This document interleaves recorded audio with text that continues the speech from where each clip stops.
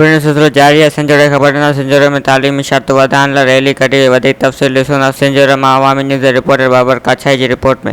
Boys high school संजोरो खां press club संजोरे ताईं तैलीमी शरह वधाइण तोड़े मोकलुनि खां पोइ ॿारनि जी स्कूल राग़िब करण जे सिलसिले में डिस्ट्रिक्ट एजुकेशन ऑफिसर यार मोहम्मद बालादी जी अॻवानी में हिकु रैली कढी वई, जंहिंमें मुख़्तलिफ़ तबक़नि जे माण्हुनि वॾे अंग में शिरकत कई। तक़रीरुनि दौरान तैलीमी शरह वधाइण ते ख़ुसूसी ज़िक्र जो मक़सदु सिर्फ़ु इहो आहे त जेके असांजा उहे ॿारड़ा जेको स्कूलनि में गवर्नमेंट जे स्कूलनि में जेको आहे सो न आहिनि, त असांजी गुज़ारिश आहे उन सिविल सोसाइटी जे दोस्तनि खे, मीडिया जे दोस्तनि खे, हितां जे हारियुनि खे, मज़दूरनि खे त पंहिंजे ॿारनि खे उहे ॿारड़ा जेके स्कूल खां ॿाहिरि आहिनि, वर्कशॉपनि ते कमु करे रहिया आहिनि या किथे जेको आहे ॿिए जेको आहे कमु करे रहिया आहिनि, उन्हनि पंहिंजे ॿारनि खे असांजे गवर्नमेंट जे स्कूलनि जे एतमाद करे ऐं उन्हनि खे जेको आहे सो पंहिंजो दाख़िला ॾियारियो। छाकाणि त गवर्नमेंट जे इदारनि में किताब मुफ़्त आहिनि, पढ़ाई मुफ़्त आहे, का बि उनजी फीस वग़ैरह न आहे।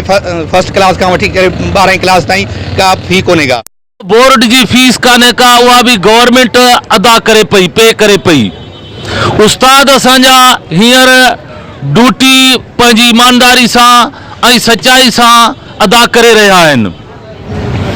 असां तव्हांखे वरी बि अपील था करियूं, तव्हां सहाफ़ियुनि जे ज़रिए, हिन मीडिया जे ज़रिए, सोशल मीडिया जे ज़रिए त तव्हां पंहिंजे ॿारनि खे असां ते एतमाद करे गवर्नमेंट जे स्कूलनि में दाख़िल करायो ऐं पोइ तव्हां टाइम टू टाइम विज़िट करियो असांजे सरकारी इदारनि खे।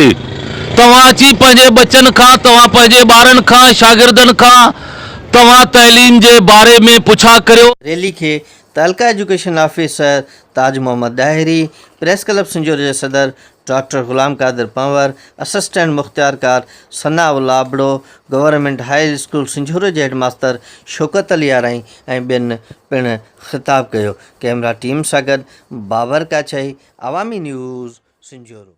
वधीक ख़बरनि ऐं तफ़सील लाइ विज़िट कयो अवामी news Facebook page, YouTube page ऐं अवामी न्यूज़ वेबसाइट।